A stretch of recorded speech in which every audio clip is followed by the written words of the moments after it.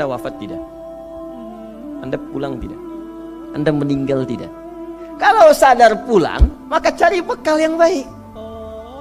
Berarti Allah benar kan? Kata Allah setiap kita akan wafat. Kullu nafsin dha'iqatul maut. Setiap yang punya jiwa meninggal. Aneh manusia itu. Sudah tahu akan meninggal, tahu ada kenikmatan, ada siksaan, tahu ada surga, ada neraka, tahu ada kenikmatan kubur, ada siksa kubur. Kenapa masih main-main juga? Kenapa nggak dimana? Sejahat-jahatnya manusia, Allah masih sayang. Pasti dibawa jalan untuk berubah. Dia bisa kebayang nggak? Firaun yang ngaku Tuhan, hobi bunuh orang, kata-katanya kasar, suka eksekusi, masih diberikan hidayah untuk berubah. Anda bukan Firaun. Anda tidak pernah mengaku Tuhan. Anda tidak pernah punya hobi bunuh orang. Kesalahan Anda tidak sebanyak Firaun. Kalau Firaun saja diberi jalan untuk berubah, apalagi Anda? Pasti Allah bisikan dalam jiwa Anda, ada saatnya Anda untuk berubah. Sebelum Allah wafatkan Anda untuk kembali kepadanya. Ingat teman-teman, maaf ya, maaf. Kita tidak akan lama. Satu kali kita pasti akan pulang. Pastikan saat Anda pulang, ada kebahagiaan terpancarkan di wajah Anda. Ketika Anda terlahir, semua orang tertawa melihat Anda, dan Anda menangis. Tapi pastikan ketika Anda wafat nanti pulang kepada Allah, buat orang lain menangis, Anda yang tertawa. Aina ma takunu, dimanapun kau berada, yudrikumul maut, kematian akan menangkapmu. Walau kuntum fi burujim musayyadah, walaupun engkau berada di dalam peti yang kokoh dan kuat. Kematian tidak bisa ditawar. Sampai masanya kita akan mati, malaikat maut akan mencabut. 70 kali malaikat maut menatap mata kita, melihat wajah kita. Aku cabut nyawanya. Jangan dulu, kata Allah. Mungkin boleh jadi malam ini dia bertaubat. Mudah-mudahan yang pelaku dosa bertaubatlah engkau malam ini. Taubatlah sebelum malaikat maut mencabut nyawamu. Seperti tebasan pedang di tempat yang sama beratus kali. Seperti kambing yang dikuliti hidup-hidup. Seperti mata kail pancing ditarik dari kulit yang basah. Kalau kiamat terjadi besok, apa persiapan? Kita tahu. Dan kiamat terkecil itu kematian. Kiamat terkecil kematian. Quran surah ke-32 di ayat ke-11. Qul yatawaffakum malakul mautil ladzi wukkila bikum.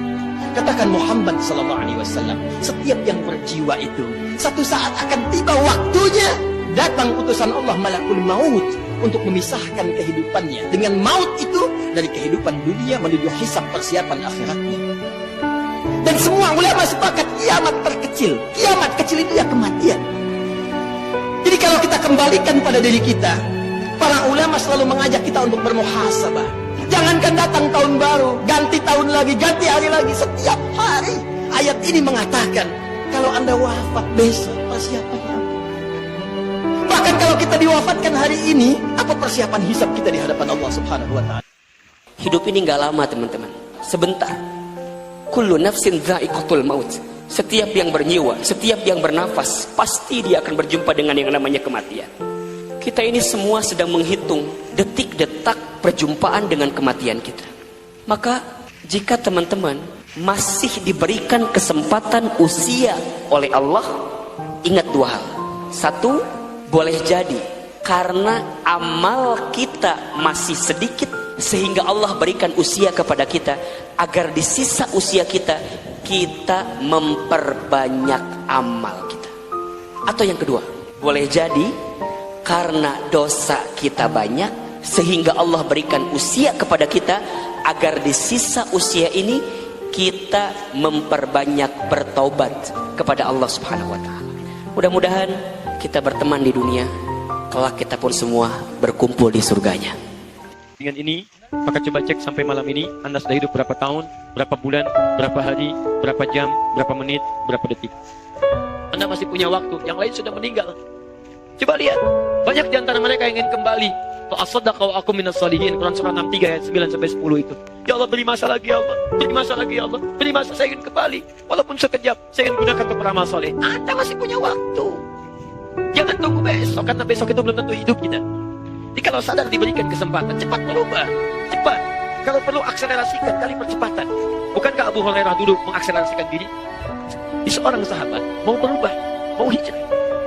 Sahabat teman-teman, dekat dengan Nabi, ahli surga, dekat dengan Allah, masih mau berubah jadi lebih baik. Antum sampai malam ini bukan sahabat. Sampai malam ini tidak ada satu ayat Quran pun turun memuji antum dan menjamin antum masuk surga. Hisab masih menegangkan, dan dalam keadaan demikian antum masih belum mau berubah. Siapa Anda? Alam barzah. Alam barzah merupakan batas dan pemisah antara kehidupan dunia dan akhirat.